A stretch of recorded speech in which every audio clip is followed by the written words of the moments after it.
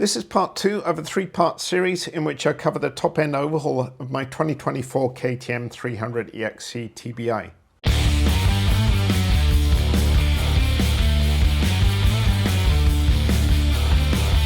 In this part I'm going to be taking apart the power valve or exhaust control, inspecting the parts, cleaning them and reassembling them. Before you take apart the power valve, I recommend taking some photos for reference. This is the right side. And I recommend engaging the gears. Right now, the kind of midpoint, you can easily move them like this. Take a photo of here, and then on the left side, take another photo. And to disassemble and reassemble the flap controls, I'm going to be using this KTM special tool. I'll put the part number on the screen now and also in the description of the video in case you want to purchase it. You'll see when I use it what it does, but it holds the flap controls in position when you're unscrewing the screws and reassembling them. And this special tool is used on the right hand side of the power valve control, and it has 2 lugs here which locate in these positions. So you simply position it over the flap controls when they're in mid position, and it basically locks everything in position so you can easily unscrew these screws. Okay, so with the special tool in place, I'm going to remove this screw first. It has a 4mm Allen head.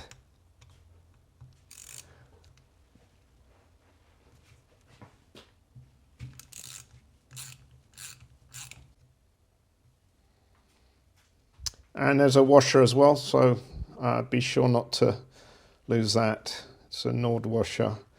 Which is in 2 pieces. Yep, there's the other piece of the washer.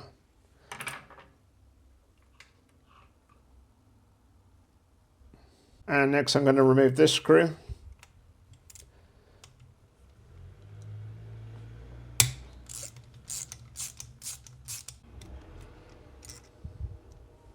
And this one doesn't have any washers. And then you can remove the special tool and remove the control arm. And you can also remove this piece as well, which just lifts off. Next, I'm going to remove the right hand side control shaft. To do that, you need to remove this screw here. It's a Torx 25. Interestingly, in the repair manual, it shows it on the other side. I guess there's a couple of versions of this cylinder, or they made a change, but mine is here.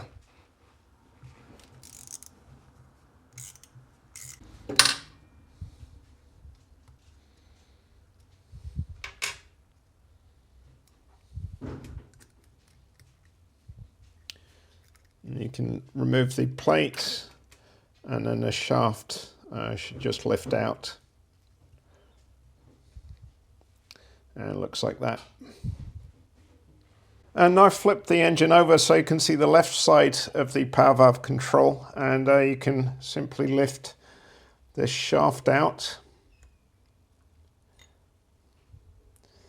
It looks like that. And next you need to remove this screw to remove this left control piece. Again, using the Torx 25 bit. It's held in with this screw and plate.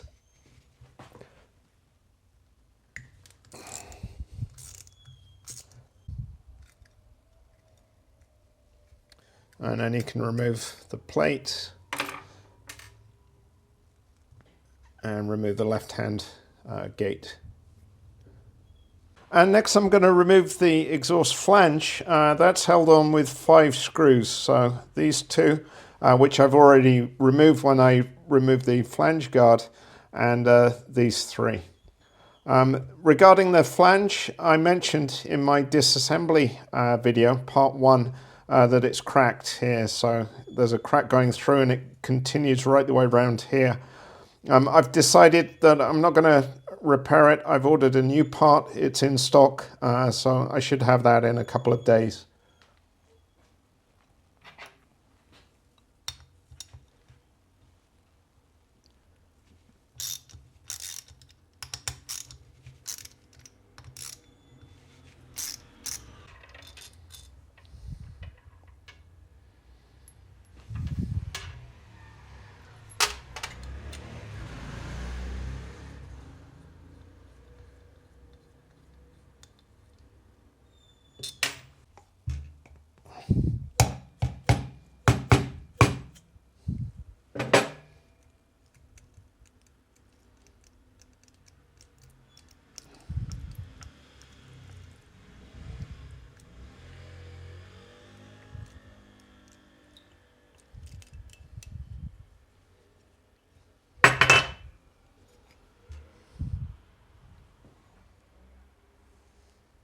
And the next step is to remove the power valve flap. I have tried, but I couldn't just remove it by pulling on it. It's got these bushings which it rotates in, and they're quite a tight fit into the cylinder. So what I'm going to do is I'm using a punch tool, and I'll just tap lightly just to loosen up both sides.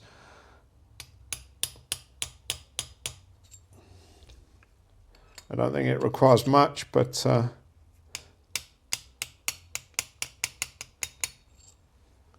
and you want to be careful that you don't get it very canted, or the power valve can dig into the cylinder and possibly damage it.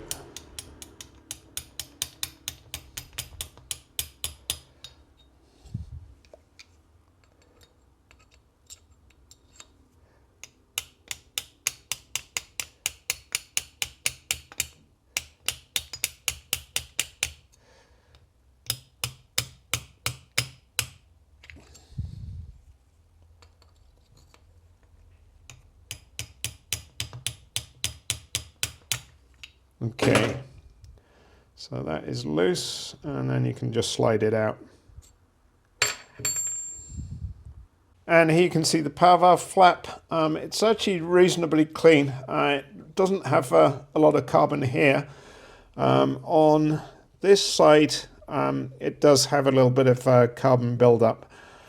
So I'm going to obviously clean this off thoroughly before I reassemble, and I'll clean all the other bits as well. And I can go ahead and remove the bushings from the power valve flap as well. And here you can see all of the O-rings in the power valve assembly. So on each control shaft there's an O-ring, here and here. And then on the power valve flap there's a smaller O-ring, one here and one here. I'll put the part numbers of the O-rings in the description of the video. If you're rebuilding, you'll definitely want to replace the O-rings. Okay, so I've cleaned up all of the parts. I've got some new parts as well. I've got O-rings for the power valve, and I also bought a replacement flange, brand new one. In part one, I showed that my original flange is cracked here, and I examined it, and the crack actually travels around to about this area. I originally thought I'd weld it up and see how it went, but this is cast aluminium, so it's actually pretty tricky to weld properly, especially as it's contaminated with oil. So I decided just to replace it instead. They're actually relatively cheap, and I just thought it'd be a better idea because it's quite a lot of work to have to take it apart again to replace if that didn't work out.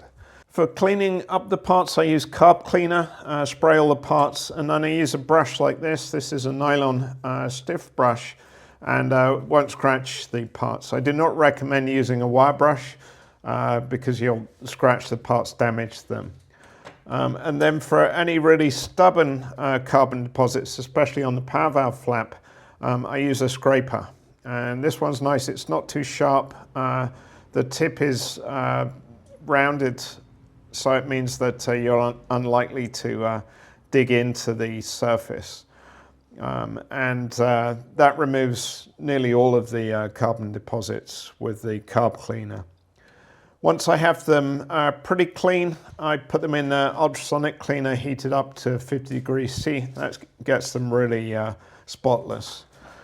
And for gasket sealing surfaces like this, I use a ceramic gasket scraper carefully and remove any debris using that. Okay, I'm going to start the assembly of the power valve. I've got some new O-rings. I'm going to put some grease on them and put them onto the power valve flap.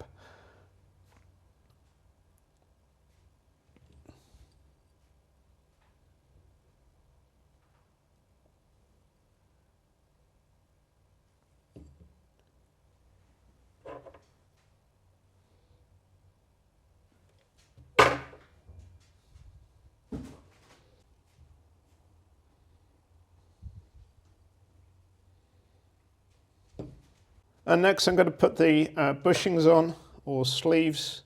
I'm going to use some grease on these as well, and on the shaft.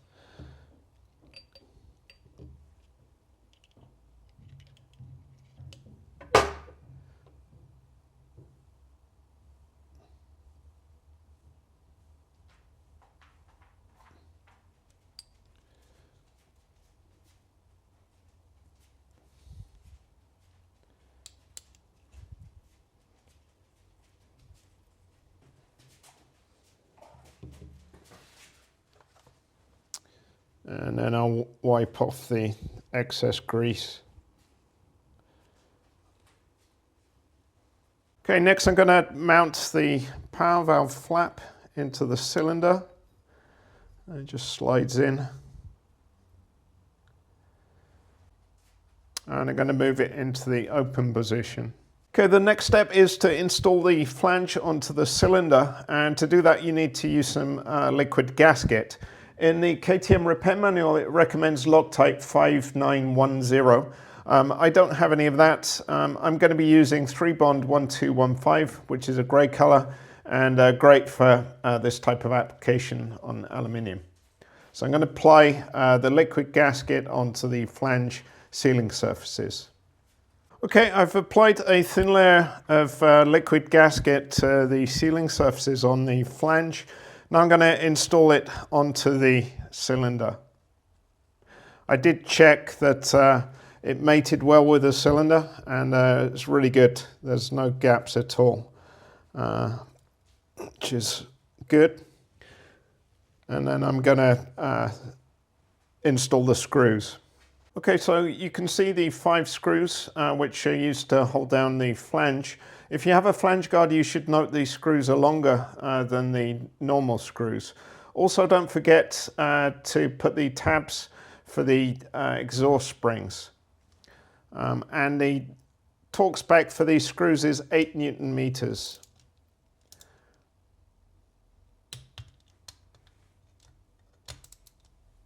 I'm actually going to be removing the flange guard after the liquid gasket has set, because with it on it makes it a little bit tight in the engine, and yeah, I'll just take it off once the liquid gasket has set. And to get to that one, I'm going to think I need a Torx.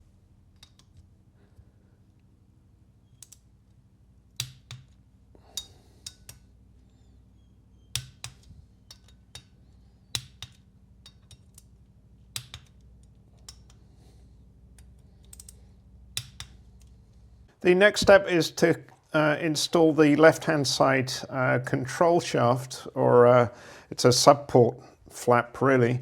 And I have new O-rings, so I'm going to put some grease on the O-ring and install that onto the part.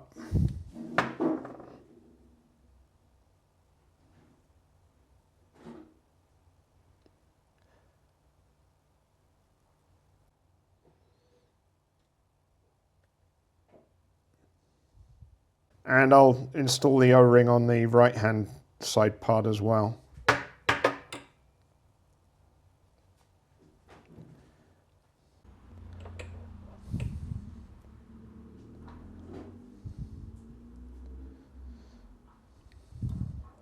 And you can easily identify the left and right parts by the markings. So this is the left part, it has an L stamped in it. The right hand part has an R.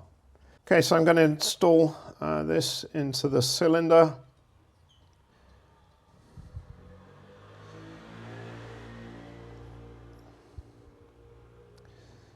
And then I'm going to get the retention tab,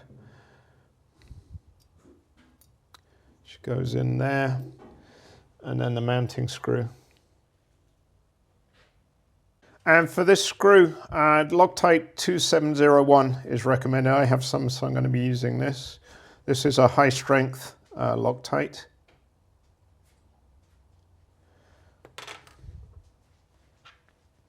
And you need a Torx 25 to install it.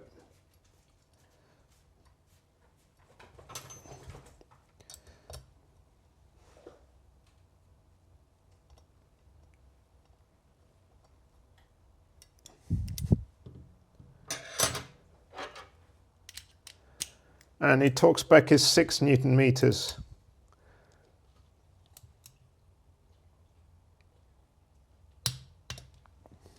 Okay, next I'm going to install the exhaust control shaft, and there's needle bearing here and on the other side. I'm going to use some two-stroke oil just to lube it up a little bit, as I did clean everything out and I did not replace those, so I just want to ensure that they do have some oil in there on startup.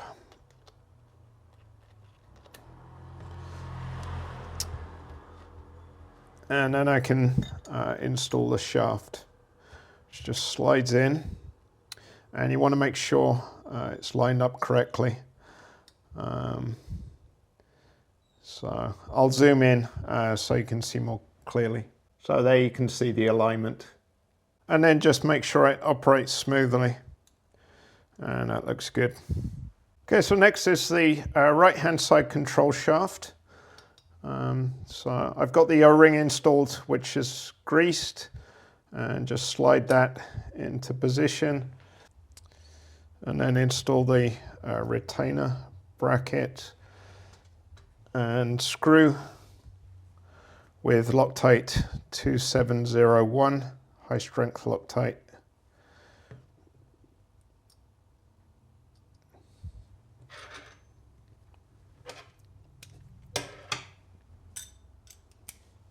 And Torx 25-bit.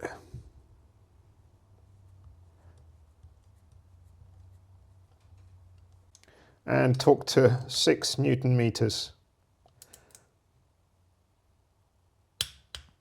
Okay, now I'm ready to install the right hand side control gear, and that slips over the control shaft, and it has teeth which engage to hold it in roughly the right position, and you need to make sure that it engages with the right hand side control gate correctly.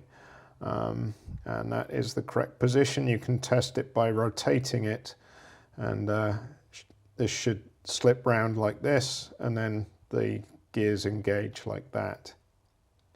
And then the screw requires Loctite 243 medium strength. And to tighten it, you need a 4mm Allen.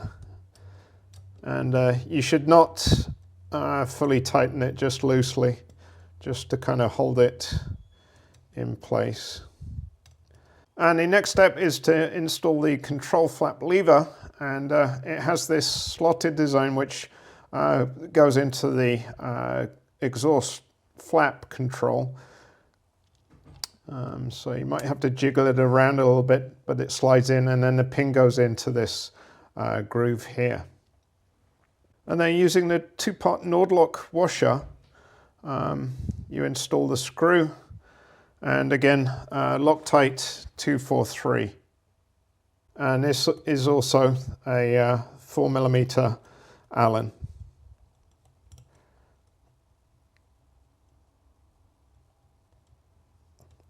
And this too you don't want to tighten, so leave it loose.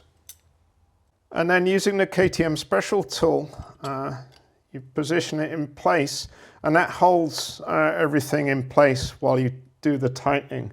So you initially tighten this screw, and the torque is 8 Newton meters. And then tighten the second screw, which again the torque is 8 Newton meters.